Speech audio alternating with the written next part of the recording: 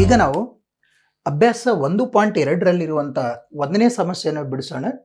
ಒಂದನೇ ಸಮಸ್ಯೆ ಏನಿದೆ ಅಂತಂದ್ರೆ √5 ಒಂದು ಅಭಾಗಲಬ್ಧ ಸಂಖ್ಯೆ ಅಂತ ಹೇಳಿ ನಾವು ಪ್ರೂವ್ ಮಾಡಬೇಕಾಗಿದೆ. √5 ಒಂದು ಅಭಾಗಲಬ್ಧ ಸಂಖ್ಯೆ ಅಂತಂದ್ರೆ ಕಾಮನ್ ಆಗಿ √5 ಅಭಾಗಲಬ್ಧ ಸಂಖ್ಯೆ ಅಂತ ಗೊತ್ತು, ಬಟ್ ಇದನ್ನ ಅಭಾಗಲಬ್ಧ ಸಂಖ್ಯೆ ನಾವು ಸಾಧಿಸಬೇಕಾಗಿದೆ. ಅಭಾಗಲಬ್ಧ ಸಂಖ್ಯೆಯನ್ನು ಸಾಧಿಸಬೇಕು ಅಂತಂದ್ರೆ ಅದನ್ನ ನಾವು ಭಾಗಲಬ್ಧ ಸಂಖ್ಯೆ ಅಂತ ಊಹೆ ಮಾಡ್ಕೊಳ್ಳೋಣ. ಅದಕ್ಕಾಗಿ √5 ಒಂದು ಭಾಗಲಬ್ಧ ಸಂಖ್ಯೆ ಆಗಿರಲಿ ಅಂತ ಬರಿತೀವಿ. √5 ಒಂದು ಭಾಗಲಬ್ಧ ಸಂಖ್ಯೆ ಅಂತ ಬರ್ದೀವಿ. ಭಾಗಲಬ್ಧ ಸಂಖ್ಯೆ ಯಾವ ರೂಪದಲ್ಲಿರುತ್ತೆ? a/b ರೂಪದಲ್ಲಿ ಇರುತ್ತೆ. ಅದಕ್ಕಾಗಿ √5 a/b ಅಂತ ಬರ್ತೀವಿ. ಇಲ್ಲಿ a ಮತ್ತು bಗಳು ಅವು ಪೂರ್ಣಾಂಕಗಳಾಗಿರ್ತಾವೆ, ಪೂರ್ಣಾಂಕಗಳನ್ನು ತೆಗೆದುಕೊಳ್ಬೇಕು. ಬಟ್ ಒಂದು ಕಂಡೀಷನ್ ಏನು? b ಅಂದ್ರೆ ಅದರ ಛೇದವು 0 ಆಗಿರಬಾರ್ದು, ಅದನ್ನು ಬರ್ಕೊಳ್ಬೇಕು.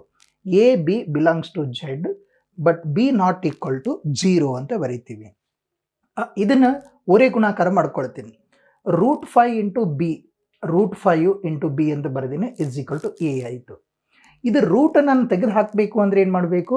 ಎರಡೂ ಕಡೆಗೆ ವರ್ಗ ಮಾಡಬೇಕು. ಹಾಗಾಗಿ ಎರಡೂ ಕಡೆಗೆ ವರ್ಗ ಮಾಡಲಾಗಿ ಅಂತ ಬರ್ದೀನಿ. ಎರಡೂ ಕಡೆಗೆ ವರ್ಗ ಮಾಡೋಣ, ಇದಕ್ಕೂ ಸ್ಕ್ವೇರ್ ಮಾಡೋಣ, ಇದಕ್ಕೂ ಸ್ಕ್ವೇರ್ ಮಾಡೋಣ. ಓಕೆ, ಈ ರೂಟ್ ಮತ್ತು ಸ್ಕ್ವೇರ್ ಕ್ಯಾನ್ಸಲ್ ಆಗುತ್ತೆ, ಬಟ್ ಇದು ಬಿಗೆ ಇದು ಸ್ಕ್ವೇರ್ ಇರುತ್ತೆ. ಹಾಗಾಗಿ ಇದನ್ನೇ 5b² ಅಂತ ಬರ್ಕೊಳ್ಳಿ. 5b² = a² ಅಂತ ಆಗುತ್ತೆ. ಈ 5ಅನ್ನು a² ಡಿವೈಡ್ ಬರ್ಕೊಳ್ತೀನಿ, ಅಂದ್ರೆ 5ಅನ್ನು ಇದ್ರ ಕೆಳಗಡೆ ತೊಗೊಂಡು ಬರ್ತೀನಿ. ಅಂದ್ರೆ b² = a²/5 ಅಂತ ಆಯಿತು. ಇಲ್ಲಿ ಗಮನಿಸಿ, ಇದರ ಅರ್ಥ ಏನು? a² ಅನ್ನು 5 ಭಾಗಿಸುತ್ತಿದೆ ಅಂದ್ರೆ 5 ಏನೂ ಭಾಗಾಕಾರ ಮಾಡುತ್ತೆ. ಇದನ್ನ ಆಲ್ರೆಡಿ ನಾನು ಹೇಳಿದ್ದೀನಿ, ಬೇಕಾದ್ರೆ ಮತ್ತೊಂದ್ಸಲ ಇದನ್ನು ತಗೊಳ್ಳಿ. 5 ಈಗ 25ಅನ್ನು ಭಾಗಿಸುತ್ತದೆ ಅಂತ ತಗೊಳ್ಳೋಣ. 5 25 ಭಾಗಿಸುತ್ತದೆ ಅಂದ್ರೆ 25 ಅನ್ನೋದೇನು? ಅದು 5ರ ವರ್ಗ. ಅಂದ್ರೆ ಇಲ್ಲಿ 5² ಅಂತ ಬರ್ಕೊಳ್ತೀನಿ. 25ಅನ್ನೇ 5² ಅಂತ ಹೇಳ್ಬೋದಲ್ಲ. 5 5ರ ವರ್ಗವನ್ನು ಭಾಗಿಸುತ್ತದೆ ಅಂತಂದ್ರೆ 5 5ಅನ್ನೂ ಸಹ ಭಾಗಿಸುತ್ತದೆ. ಓಕೆನಾ? ಇನ್ನೊಂದು ಕೇಳಿ, 5 ಇದು 100ಅನ್ನು ಭಾಗಾಕಾರ ಮಾಡತ್ತೇನು? 5 100 ಭಾಗಾಕಾರ ಮಾಡತ್ತಿಲ್ಲ. 5 100ಅನ್ನು ಭಾಗಿಸುತ್ತದೆ. ಈ 100ಅನ್ನೇ ನಾನು ಹೀಗೆ ಬರೀಲ್ಲ, ಏನು? 10ರ ವರ್ಗ.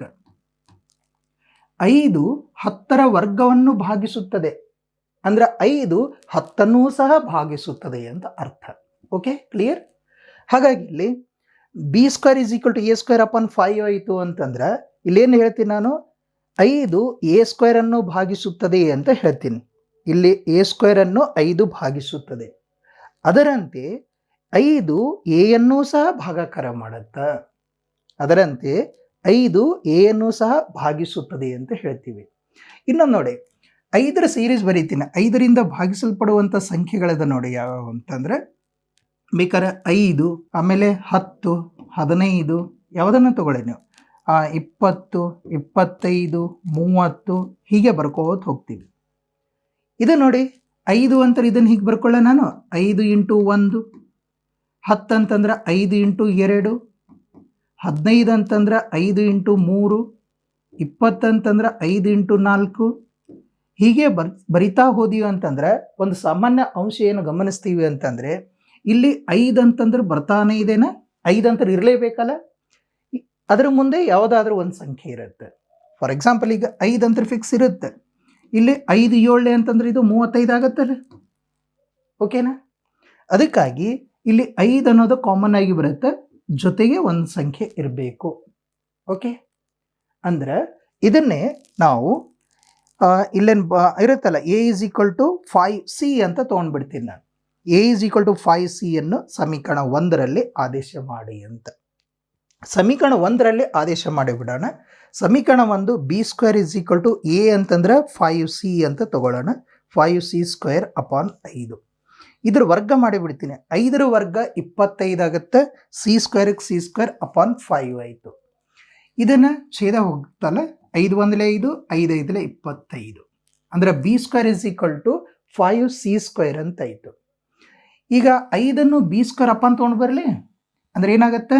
ಇದನ್ನು ಹೀಗೆ ಬರಿತೀವಲ್ಲ, b² / 5 = c² ಆಯಿತು. ಇದನ್ನೇ ನಾನು c square is equal to b square upon 5 ಅಂತ ಬರ್ಕೊಳ್ತೀನಿ. ಇಲ್ಲೇನು ಹೇಳಿಕೊಡುತ್ತೆ ನೋಡಿ, 5 ಯಾವುದನ್ನು ಭಾಗಿಸುತ್ತದೆ? 5 ಬಿ ಸ್ಕ್ವೇರ್ ಅನ್ನು ಭಾಗಾಕಾರ ಮಾಡುತ್ತೆ. ಹಾಗಾಗಿ 5 ಬಿ ಅನ್ನು ಸಹ ಭಾಗಿಸುತ್ತದೆ ಅಂತ ನಾವು ಹೇಳಬೇಕು. ಅದನ್ನೇ ಬರೆಯೋಣ. ಇಲ್ಲಿ ಬಿ ಸ್ಕ್ವೇರ್ ಅನ್ನು 5 ಭಾಗಿಸುತ್ತದೆ ಅಂದ್ರೆ ಅರ್ಥ ಇಲ್ಲಿ ಬಿ ಅನ್ನು 5 ಭಾಗಿಸುತ್ತದೆ. ಎ ಸ್ಕ್ವೇರ್ ಅನ್ನು 5 ಭಾಗಾಕಾರ ಮಾಡುತ್ತೆ ಅಂದ್ರೆ ಬಿ ಅನ್ನು ಸಹ 5 ಭಾಗಾಕಾರ ಮಾಡುತ್ತೆ ಅಂತ ತೆಗೆದುಕೊಳ್ಳಬೇಕು. ಇಲ್ಲಿ ಸಾಮಾನ್ಯ ಅಪವರ್ತನ ಏನಾಯಿತು ನೋಡು, ಎ ಸ್ಕ್ವೇರ್ ಅಂದ್ರೆ ಎ ಅನ್ನು 5 ಭಾಗಾಕಾರ ಮಾಡುತ್ತೆ, ಬಿ ಅನ್ನು ಸಹ 5 ಭಾಗಿಸುತ್ತೆ ಅಂದ್ರೆ ಇಲ್ಲಿ ಸಾಮಾನ್ಯ ಅಪವರ್ತನ ಏನಾಯಿತು? 5 ಆಯಿತು. 5 ಇಲ್ಲಿ ಸಾಮಾನ್ಯ ಅಪವರ್ತನ ಆಗಿರುವುದರಿಂದ ಎ ಮತ್ತು ಬಿಗಳೇನು ತೆಗೆದುಕೊಂಡಿವಿ ನೋಡು, ಅವು ಒಂದು ಸಂಯುಕ್ತ ಸಂಖ್ಯೆಗಳು ಅಂತ ಬರಿತೀವಿ. ಅಂದ್ರೆ ಇಲ್ಲಿ ಎ ಮತ್ತು ಬಿಗಳ ಸಾಮಾನ್ಯ ಅಪವರ್ತನ 3 ಆಗಿದೆ ಅಂತ ಬರಿತೀವಿ. ಇಲ್ಲಿ ಎ ಮತ್ತು ಬಿಗಳ ಒಂದು ಸಾಮಾನ್ಯ ಅಪವರ್ತನ ಏನಾಯಿತು? 5 ಆಯಿತು. 5 ಅಂತ ಬರೀಬೇಕು. ಸಾಮಾನ್ಯ ಅಪವರ್ತನ 5. ಇಲ್ಲಿ ಎ ಮತ್ತು ಬಿಗಳ ಸಾಮಾನ್ಯ ಅಪವರ್ತನ 5 ಆಗಿದೆ. ಅಂದ್ರೆ ಇಲ್ಲಿ ಎ ಮತ್ತು ಬಿಗಳು ಸಂಯುಕ್ತ ಸಂಖ್ಯೆಗಳು. ಎ ಮತ್ತು ಬಿಗಳು ಸಂಯುಕ್ತ ಸಂಖ್ಯೆಗಳಾಗಿದ್ದು ಅವುಗಳ ಸಾಮಾನ್ಯ ಅಪವರ್ತನ 1 ಹೊರತುಪಡಿಸಿ ಬೇರೆ ಇದ್ದು ಅಂತಂದ್ರೆ ಅವೆಲ್ಲನೂ ಭಾಗಲಬ್ಧ ಸಂಖ್ಯೆಗಳು ಅಂತ ಹೇಳ್ತೀವಿ. ಇಲ್ಲಿ √5 ಒಂದು ಭಾಗಲಬ್ಧ ಸಂಖ್ಯೆ ಅಂತ ಆಗುತ್ತೆ. ಬಟ್ √5 ಆಕ್ಚುಲಿ ಅದು ಇರೋದು ಅಭಾಗಲಬ್ಧ ಸಂಖ್ಯೆ. ಅದಕ್ಕಾಗಿ ಅದು ವಿರೋಧಾಭಾಸವನ್ನು ಉಂಟು ಮಾಡುತ್ತೆ.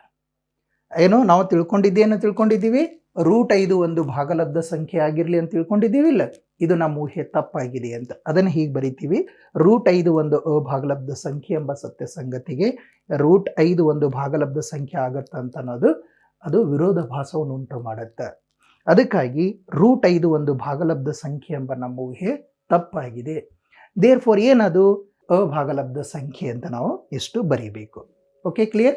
Very important. ಪರೀಕ್ಷಾ ದೃಷ್ಟಿಯಿಂದ √2 ಅಭಾಗಲಬ್ಧ ಸಂಖ್ಯೆ ಸಾಧಿಸಿ, √3 ಒಂದು ಅಭಾಗಲಬ್ಧ ಸಂಖ್ಯೆ ಸಾಧಿಸಿ, √5 ಸಹ ಒಂದು ಅಭಾಗಲಬ್ಧ ಸಂಖ್ಯೆ ಎಂದು ಸಾಧಿಸಿ ಅಂತ ಕೇಳ್ತಾರೆ. 2 ಅಂಕದ ಪ್ರಶ್ನೆ ಖಂಡಿತವಾಗಿ ಬರುತ್ತೆ. ಅದಕ್ಕಾಗಿ ಇದನ್ನು ತಿಳ್ಕೊಳ್ರಿ, ಪ್ರಾಕ್ಟೀಸ್ ಮಾಡಿ, ಈಸಿ ಇದೆ. ನೆಕ್ಸ್ಟ್ ಇದರಲ್ಲಿ ಇನ್ನೊಂದು ಟೈಪ್ ಪ್ರಶ್ನೆ, 3 + 2√5 ಒಂದು ಭಾಗಲಬ್ಧ ಸಂಖ್ಯೆ ಎಂದು ಸಾಧಿಸಿ ಅಂತ ಹೇಳಿ ಇದೆ. ಭಾಗಲಬ್ಧ ಸಂಖ್ಯೆ ಅಂತ ನಾವು ತಿಳ್ಕೊಳ್ಬೇಕಾಗತ್ತೆ ಫಸ್ಟ್. ಯಾಕಂದ್ರೆ ಅದು ಭಾಗಲಬ್ಧ ಸಂಖ್ಯೆಯನ್ನು ಸಾಧಿಸಬೇಕು ಅಂತಂದ್ರೆ ಅದು ಭಾಗಲಬ್ಧ ಸಂಖ್ಯೆ ಆಗಿರಲಿ ಅಂತ ಬರ್ಕೊಳ್ಳೋಣ. ಇದು ಒಂದು ಟೈಪ್ ಇರುವಂಥ ಲೆಕ್ಕ. ಅದಕ್ಕಾಗಿ 3 + √5 ಒಂದು ಭಾಗಲಬ್ಧ ಸಂಖ್ಯೆ ಆಗಿರಲಿ ಅಂತ ಬರ್ದೀವಿ. ಒಂದು ಭಾಗಲಬ್ಧ ಸಂಖ್ಯೆ ಆಗಬೇಕು ಅಂತಂದ್ರೆ ಅದು a/b ರೂಪದಲ್ಲಿರಬೇಕು. ಅದಕ್ಕೆ ಇದು 3 + 2√5 ಅದು a/b ರೂಪದಲ್ಲಿರಬೇಕು. ಎ ಮತ್ತು ಬಿಗಳು ಅದು ಪೂರ್ಣಾಂಕ ಆಗಿರಬೇಕು. b ≠ 0 ಇರಬೇಕು ಅನ್ನೋದನ್ನು ನಾವು ಬರಿತೀವಿ ಕಾಮನ್ ಆಗಿ. ಈಗ ಈ 3 ರೈಟ್ ಸೈಡ್ ತೊಗೊಂಡು ಬಂದ್ಬಿಡೋಣ.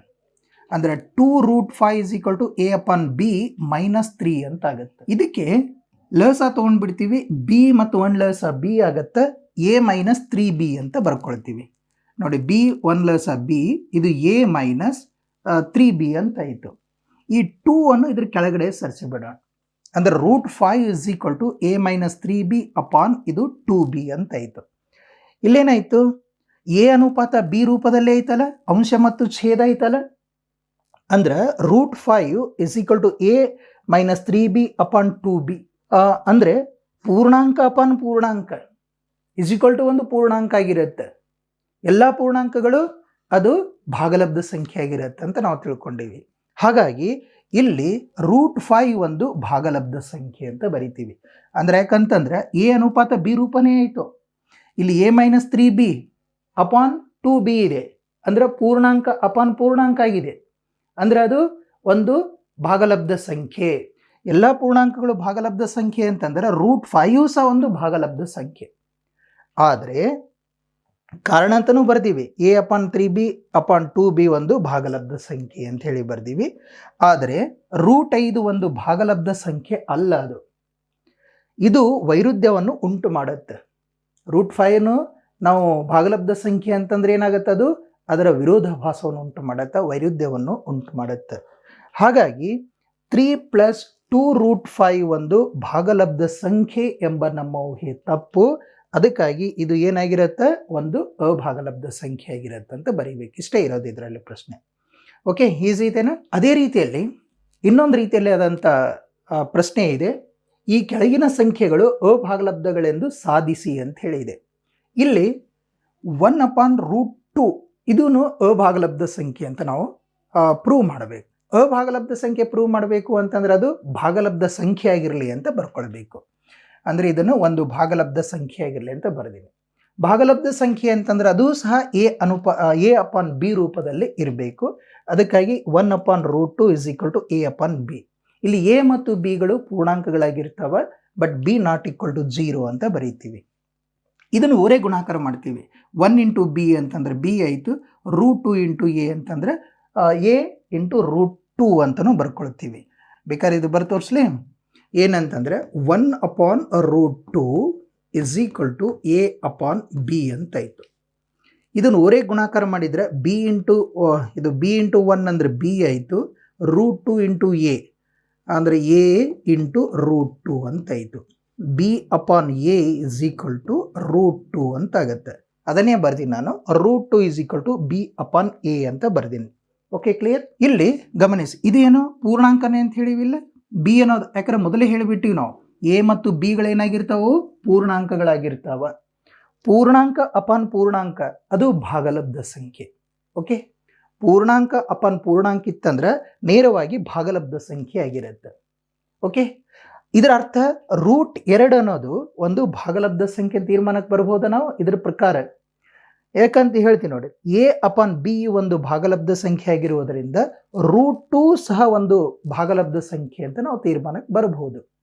ಆದರೆ √2 ಒಂದು ಅಭಾಗಲಬ್ಧ ಸಂಖ್ಯೆ ಎಂಬ ಒಂದು ಸತ್ಯ ಸಂಗತಿಗೆ ಇದು ವಿರುದ್ಧ ಆಗಿದೆ ಅಂತ. ಓಕೆ, ಅದಕ್ಕಾಗಿ ನಾವು ಊಹೆ ಮಾಡಿಕೊಂಡಿದ್ದು 1/√2 ಅನ್ನೋದು ಅದು ನಮ್ಮ ಊಹೆ ಭಾಗಲಬ್ಧ ಸಂಖ್ಯೆ ಅನ್ನೋ ನಮ್ಮ ಊಹೆ ತಪ್ಪಾಗಿದೆ ಅಂತ. ದೇರ್ಫೋರ್ ಅದಕ್ಕಾಗಿ 1/√2 ಒಂದು ಅಭಾಗಲಬ್ಧ ಸಂಖ್ಯೆ ಆಗಿದೆ ಅಂತ ಬರೀಬೇಕು. ಇಷ್ಟೇ ಇರೋದು, ಬಹಳ ಸಿಂಪಲ್ ಇದೆ. ಇದರಂತೆ ಇನ್ನೊಂದು ಪ್ರಶ್ನೆ ಇದೆ. ಇದರಲ್ಲಿ 7 × √5 ಒಂದು ಅಭಾಗಲಬ್ಧ ಸಂಖ್ಯೆ ಅಂತ ಪ್ರೂವ್ ಮಾಡಬೇಕು. ಅಭಾಗಲಬ್ಧ ಸಂಖ್ಯೆ ಅಂತ ಪ್ರೂವ್ ಮಾಡಬೇಕು ಅಂದ್ರೆ ಫಸ್ಟ್ ನಾವು ಅದನ್ನು ಭಾಗಲಬ್ಧ ಸಂಖ್ಯೆ ಅಂತ ತಿಳ್ಕೊಳ್ಬೇಕು, ಊಹೆ ಮಾಡ್ಕೊಳ್ಬೇಕು. ಭಾಗಲಬ್ಧ ಸಂಖ್ಯೆ ಅಂತಂದ್ರೆ ಅದು a/b ರೂಪದಲ್ಲಿ ಇರಬೇಕು. a/b ರೂಪದಲ್ಲಿ ಈ 7ಅನ್ನು ಈ ಸೈಡ್ ತಗೊಂಡು ಬರ್ತೀವಿ. ಅದಕ್ಕಿಂತ ಮುಂಚೆ ಒಂದು ಕಂಡೀಷನ್ ಬರೀತೀವಿ, ಎ ಮತ್ತು ಬಿಗಳೇನಾಗಿರ್ಬೇಕು? ಅವು ಪೂರ್ಣಾಂಕಗಳಾಗಿರಬೇಕು. b ≠ 0 ಆಗಿರಬೇಕು. ಅಂದ್ರೆ ಛೇದವು 0 ಆಗಿರಬಾರ್ದು. ಈಗ 7ಅನ್ನು ಇದ್ರ ಕೆಳಗಡೆ ತೊಗೊಂಡು ಬರ್ತೀನಿ. ಈ ಸೈಡ್ ತೊಗೊಂಡು ಬಂದೀವಿ ಅಂತಂದ್ರೆ √5 = a/7b ಅಂತಾಯಿತು. ಇಲ್ಲಿಯೂ ಸಹ ಯಾವಾಗಲೂ ನೋಡಿ a/b ರೂಪದಲ್ಲಿದೆ ಅಂತಂದ್ರೆ ಅದು ಭಾಗಲಬ್ಧ ಸಂಖ್ಯೆನೇ. ಇಲ್ಲಿ ಎ ಮತ್ತು ಬಿಗಳೇನಾಗಿರ್ತಾವೆ? ಪೂರ್ಣಾಂಕಗಳಾಗಿರ್ತಾವೆ. ಪೂರ್ಣಾಂಕ ಅಪಾನ್ ಪೂರ್ಣಾಂಕ ಇತ್ತಂತಂದ್ರೆ ಅದು ಭಾಗಲಬ್ಧ ಸಂಖ್ಯೆ ಅಂತ ತೀರ್ಮಾನಕ್ಕೆ ಬರಬೇಕು. ನೋಡಿ, ಎ ಅಂದ್ರೆ ಪೂರ್ಣಾಂಕ ಅಪಾನ್ 7 × ಪೂರ್ಣಾಂಕ ಅದು ಒಂದು ಭಾಗಲಬ್ಧ ಸಂಖ್ಯೆ. ಅದಕ್ಕಾಗಿ √5 ಒಂದು ಭಾಗಲಬ್ಧ ಸಂಖ್ಯೆ ಅಂತ ನಾವು ತೀರ್ಮಾನಕ್ಕೆ ಬರಬಹುದಾ? ಇದ್ರ ಪ್ರಕಾರ ಹೌದಲ್ಲ, ತೀರ್ಮಾನಕ್ಕೆ ಬರಬಹುದಲ್ಲ. ಬಟ್ ನೋಡು, a/7b ಒಂದು ಭಾಗಲಬ್ಧ ಸಂಖ್ಯೆ ಆಗಿರುವುದರಿಂದ √5 ಸಹ ಒಂದು ಭಾಗಲಬ್ಧ ಸಂಖ್ಯೆ ಅಂತ ಹೇಳ್ತೀವಿ. ಬಟ್ √5 ಒಂದು ಅಭಾಗಲಬ್ಧ ಸಂಖ್ಯೆ ಎನ್ನುವಂಥ ಒಂದು ಸತ್ಯ ಸಂಗತಿಗೆ ಇದು ವಿರುದ್ಧವಾಗಿದೆ, ವಿರೋಧಾಭಾಸವನ್ನು ಉಂಟು ಮಾಡುತ್ತೆ. ಅದಕ್ಕೆ ನಾವು ತಿಳ್ಕೊಂಡಿರೋ ಹಾಗೆ 7 × √5 ಒಂದು ಭಾಗಲಬ್ಧ ಸಂಖ್ಯೆ ಎನ್ನುವಂಥ ನಮ್ಮ ಊಹೆ ತಪ್ಪಾಗಿದೆ. ಅದಕ್ಕಾಗಿ ಈ 7 × √5 ಒಂದು ಅಭಾಗಲಬ್ಧ ಸಂಖ್ಯೆ ಅಂತ ನಾವು ಬರೀಬೇಕು. ಓಕೆ, ನೆಕ್ಸ್ಟ್ ಇದರ ಪ್ರಕಾರ ಇನ್ನೊಂದು ಪ್ರಶ್ನೆ ಇದೆ. ಇದರಲ್ಲಿ ಮೂರನೇದು 6 + √2 ಈ ರೀತಿಯಾದಂಥ ಪ್ರಶ್ನೆಗಳನ್ನು ಪರೀಕ್ಷೆಯಲ್ಲಿ ಕೇಳ್ತಾರೆ. ಅದಕ್ಕಾಗಿ ಈ ಅಭ್ಯಾಸದಲ್ಲಿರುವಂಥ ಎಲ್ಲ ಸಮಸ್ಯೆಗಳನ್ನು ನಾವು ಪರ್ಫೆಕ್ಟಾಗಿ ಮಾಡ್ಕೊಳ್ಬೇಕು. ಅದನ್ನು ಹೆಚ್ಚು ಪ್ರಾಕ್ಟೀಸ್ ಮಾಡಬೇಕು, ತಿಳ್ಕೊಳ್ಬೇಕು. ಈಸಿ ಇದೆ ನೋಡಿ. ಇದನ್ನು ಅಭಾಗಲಬ್ಧ ಸಂಖ್ಯೆ ಅಂತ ಪ್ರೂವ್ ಮಾಡಬೇಕಾಗಿದೆ. ಅದಕ್ಕಾಗಿ ಭಾಗಲಬ್ಧ ಸಂಖ್ಯೆ ಅಂತ ನಾವು ತಿಳ್ಕೊಳ್ಬೇಕು ಫಸ್ಟ್, ಅಂದ್ರೆ ಊಹೆ ಮಾಡ್ಕೊಳ್ಬೇಕು. ಅದಕ್ಕಾಗಿ 6 + √2 ಒಂದು ಭಾಗಲಬ್ಧ ಸಂಖ್ಯೆ ಆಗಿರಲಿ ಅಂತ ಬರ್ಕೊಳ್ಬೇಕು. ಅದು ಭಾಗಲಬ್ಧ ಸಂಖ್ಯೆ ಆಗಿರಬೇಕು ಅಂತಂದ್ರೆ ಅದನ್ನು a/b ಅಂದ್ರೆ a/b ರೂಪದಲ್ಲಿ ಬರೀಬೇಕು. ಇಲ್ಲಿ a ಮತ್ತು b ಅಂತ ತೆಗೆದುಕೊಂಡಿವಿ ನೋಡು, ಅವು ಏನಾಗಿರಬೇಕು? ಪೂರ್ಣಾಂಕಗಳಾಗಿರಬೇಕು. ಬಟ್ b ≠ 0 ಆಗಿರಬೇಕು ಅನ್ನೋದನ್ನು ಗಮನಿಸಬೇಕು. ಈ 6ಅನ್ನು ರೈಟ್ ಸೈಡ್ ತೊಗೊಂಡು ಬರ್ತೀನಿ. ಅಂದ್ರೆ √2 = a/b. ಇದು r ರೈಟ್ ಸೈಡ್ ತಂದ್ರೆ -6 ಆಯಿತು. ಇಲ್ಲೇನಾಗತ್ತೆ? ಈ ರೀತಿಯಲ್ಲಿ ನೋಡಿ, a/b -6 ಅಂತಂದ್ರೆ ಬಿ ಲಸ ಏನಾಗುತ್ತೆ ಬಿ ಆಗುತ್ತಲ್ಲ ಇದು ಡಿವೈಡ್ 1 ಇರುತ್ತೆ ಬಿ 1 ಅಂತ ಲಸ 1 ಆಯಿತು. ಇಲ್ಲಿ ಎ ಆಯಿತು ಮೈನಸ್ ಇದು 6b ಅಂತ ಈ ರೀತಿಯಲ್ಲಿ ಬರ್ಕೊಳ್ಬೇಕಿದೆ ಲಸ ತಗೊಂಡು. ಅದಕ್ಕಾಗಿ √2 ಇಸ್ ಈಕ್ವಲ್ ಟು ಇದು ಬಿ ಆಯಿತು ಎ ಮೈನಸ್ 6b ಆಯಿತು. ಇಲ್ಲಿ ನೋಡಿ ಇದನ್ನು ಎ ಅನುಪಾತ ಬಿ ರೂಪದಲ್ಲೇನೆ ಐತಿಲ್ಲ, ಅಂದ್ರೆ ಇಲ್ಲಿ ಪೂರ್ಣಾಂಕ ಮೈನಸ್ 6 ಇಂಟು ಪೂರ್ಣಾಂಕ ಅಪಾನ್ ಪೂರ್ಣಾಂಕ ಅಂತಂದ್ರೆ ಅದು ಒಂದು ಪೂರ್ಣಾಂಕನೇ ಬರುತ್ತೆ, ಅಂದ್ರೆ ಅದು ಭಾಗಲಬ್ಧ ಸಂಖ್ಯೆನೇ ಆಗಿರುತ್ತೆ. ಅದಕ್ಕಾಗಿ ಈ ರೀತಿಯಲ್ಲಿ ಬರಿಬಹುದಾ ನಾವು √2 ಇದನ್ನೇ ಸೇಮ್ ಬರ್ದಂಗೆ ಆಯ್ತಲ್ಲ √2 ಒಂದು ಭಾಗಲಬ್ಧ ಸಂಖ್ಯೆ ಅಂಥೇಳಿ ಬರಿತೀವಿ. ಇದು √2 ಒಂದು ಭಾಗಲಬ್ಧ ಸಂಖ್ಯೆ ಅನ್ನೋದನ್ನು ಬರ್ಕೊಳ್ತೀವಿ ಇದನ್ನು. ಯಾಕಂತಂದ್ರೆ A minus 6b upon B ಒಂದು ಭಾಗಲಬ್ಧ ಸಂಖ್ಯೆ ಅಂತ ನಮ್ಗೆ ಗೊತ್ತಿದೆ. ಆದರೆ √2 ಒಂದು ಭಾಗಲಬ್ಧ ಸಂಖ್ಯೆ ಅಲ್ಲ, ಇದು ವೈರುಧ್ಯವನ್ನುಂಟು ಮಾಡತ್ತೆ. ಯಾಕಂತಂದ್ರೆ √2 ಅನ್ನೋದೇನು ಅಭಾಗಲಬ್ಧ ಸಂಖ್ಯೆ, ಬಟ್ ನಾವೇನು ಹೇಳಕ್ಕೆ ಹೊಂಟಿವಿ ಇಲ್ಲಿ √2 ಒಂದು ಭಾಗಲಬ್ಧ ಸಂಖ್ಯೆ ಅಂತ. ಯಾಕಂತಂದ್ರೆ A minus 6b upon B ಪೂರ್ಣಾಂಕ ಅಪಾನ್ ಪೂರ್ಣಾಂಕ ಇತ್ತಂದ್ರೆ ಭಾಗಲಬ್ಧ ಸಂಖ್ಯೆ ಆಗತ್ತೆ ಇದ್ರ ಪ್ರಕಾರ. ಅದಕ್ಕಾಗಿ √2 ಒಂದು ಭಾಗಲಬ್ಧ ಸಂಖ್ಯೆ ಅಂತ ನಾವು ಹೇಳ್ದಂಗೆ ಆಯಿತು. ಬಟ್ ಸತ್ಯ ಸಂಗತಿ ಏನು ಗೊತ್ತು, √2 ಒಂದು ಅಭಾಗಲಬ್ಧ ಸಂಖ್ಯೆ, ಬಟ್ ನಾವು ಊಹೆ ಮಾಡ್ಕೊಂಡಿದ್ದೇನೋ ಅದು ಭಾಗಲಬ್ಧ ಸಂಖ್ಯೆ ಅಂತ. ಅದಕ್ಕಾಗಿ ಇದು ವೈರುಧ್ಯವನ್ನು ಉಂಟು ಮಾಡುತ್ತೆ. ನಮ್ಮ ಊಹೆ ಏನಂತಂದ್ರೆ ತಪ್ಪಾಗಿದೆ ಅಂತ ಬರಿತೀವಿ. ನಮ್ಮ ಊಹೆ ತಪ್ಪಾಗಿದೆ ಅಂತಂದ್ರೆ ಸರಿ ಏನು, ಅದು ಅಭಾಗಲಬ್ಧ ಸಂಖ್ಯೆ ಅನ್ನೋದನ್ನು ಬರಿತೀವಿ. Okay, clear? ಅರ್ಥ ಆಯಿತು? ಭಾಳ ಸಿಂಪಲ್ ಇದೆ.